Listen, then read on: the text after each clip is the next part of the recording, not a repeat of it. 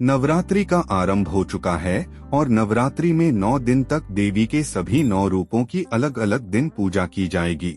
नवरात्रि में जो लोग रोजाना व्रत करते हैं उनके लिए पूजा पाठ के अलावा नवरात्रि की व्रत कथा का पाठ करना भी देवी भागवत पुराण में अनिवार्य बताया गया है।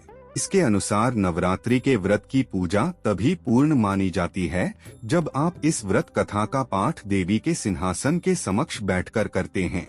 नवरात्रि के व्रत को करने से पूर्व जरूरी है कि इस परम कल्याणकारी उत्सव की पवित्र कथा को जाना जाए। इस पर्व से संबंधित कई कथाएं प्रचलन में है। प्रस्तुत है प्रमुख कथाएं। नमस्कार दोस्तों, छोटका बाबा चैनल पर आप सभी का स्वागत है। यदि आप भी इस नवरात्रि मैया दुर्गा की सबसे पौराणिक कथा सुनना चाहते हैं तो वीडियो को लाइक और चैनल को सब्सक्राइब जरूर करें और हाँ, कमेंट में जय मां दुर्गा जरूर लिखें। चलिए शुरू करते हैं।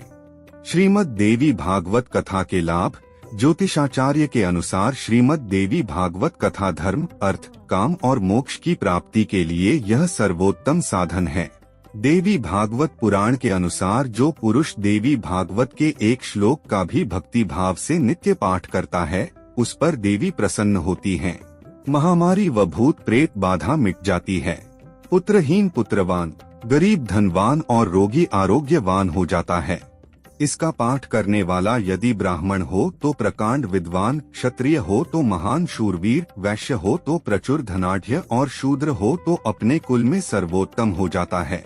एक पौराणिक कथा के अनुसार नवरात्रि में मां दुर्गा ने महिषासुर नामक राक्षस का वध करके देवताओं को उसके कष्टों से मुक्त किया था।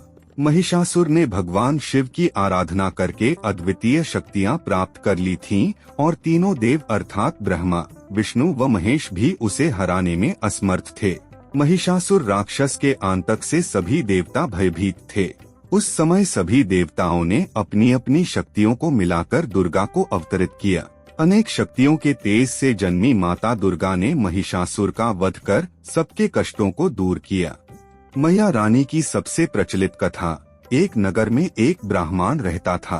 वह मां भगवती दुर्गा का परम भक्त था। उसकी एक कन्या थी। ब्राह्मण नियम पूर्वक प्रतिदिन दुर्गा की पूजा और यज्ञ किया करता था। सुमति अर्थात ब्राह्मण की बेटी भी प्रतिदिन इस पूजा में भाग लिया करती थी। एक दिन सुमति खेलने में व्यस्त होने के कारण भगवती पूजा में शामिल नहीं हो सकी। यह देख उसके पिता को क्रोध आ गया और क्रोधवश उसके पिता ने कहा कि वह उसका विवाह किसी दरिद्र और कोढ़ी से करेगा। पिता की बातें सुनकर बेटी को बड़ा दुख हुआ और उसने पिता के द्वारा क्रोध में कही गई बातों को सहर्ष स्वीकार कर लिया। कई बार प्रयास करने से भी भाग्य का लिखा नहीं बदलता है। अपनी बात के अनुसार उसके पिता ने अपनी कन्या का विवाह एक कोढ़ी के साथ कर दिया। सुमति अपने पति के साथ विवाह कर चली गई। उसके पति का घर न होने के कारण उसे वन में घास के आसन पर रात बड़े कष्ट में बितानी पड़ी। गरीब कन्या की यह दशा देखकर माता भगवती उसके द्वारा पिछले जन्म में की गई उसके पुण्य प्रभाव से प्रकट हुई और सुमति से बोली, हे कन्या, मैं तुम पर प्रसन्न हूँ, मैं तुम्हें कुछ देना चाहती हूँ, मांगो क्या मांगती हो। इस पर सुमति ने उनसे पूछा कि आप मेरी किस बात पर प्रसन्न हैं? कन्या की यह बात सुनकर देवी कहने लगी, मैं तुम पर पूर्व जन्म के तुम्हारे पुण्य के प्रभाव से प्रसन्न हूँ। तुम पूर्व जन्म में भील की पतिव्रता स्त्री थी। एक दिन तुम्हारे पति भील द्वारा चोरी करने के कारण तुम दोनों को सिपाहियों ने पकड़कर जेल खाने में कैद कर दिया था। उन लोगों ने तुम्हें और तुम्हारे पति को भोजन भी नहीं दिया था। इस प्रकार नवरात्र के दिनों में तुमने न तो कुछ खाया और न ही जल पिया, इसलिए 9 दिन तक नवरात्र व्रत का फल तुम्हें प्राप्त हुआ। हे ब्राह्मणी, उन दिनों अनजाने में जो व्रत हुआ उस व्रत के प्रभाव से प्रसन्न होकर आज मैं तुम्हें मनोवांछित वरदान दे रही हूँ। कन्या बोली कि अगर आप मुझ पर प्रसन्न हैं तो कृपा करके मेरे पति का कोढ़ दूर कर दीजिए। माता ने कन्या की यह इच्छा शीघ्र पूरी कर दी। उसके पति का शरीर माता भगवती की कृपा से रोगहीन हो गया। तो दोस्तों, आज के लिए बस इतना ही। उम्मीद करता हूँ हमारे द्वारा दी गई जानकारी आपको पसंद आई होगी। मित्रों, अगर ये वीडियो पसंद आई हो तो वीडियो को लाइक शेयर जरूर करें और कमेंट करना ना भूलें।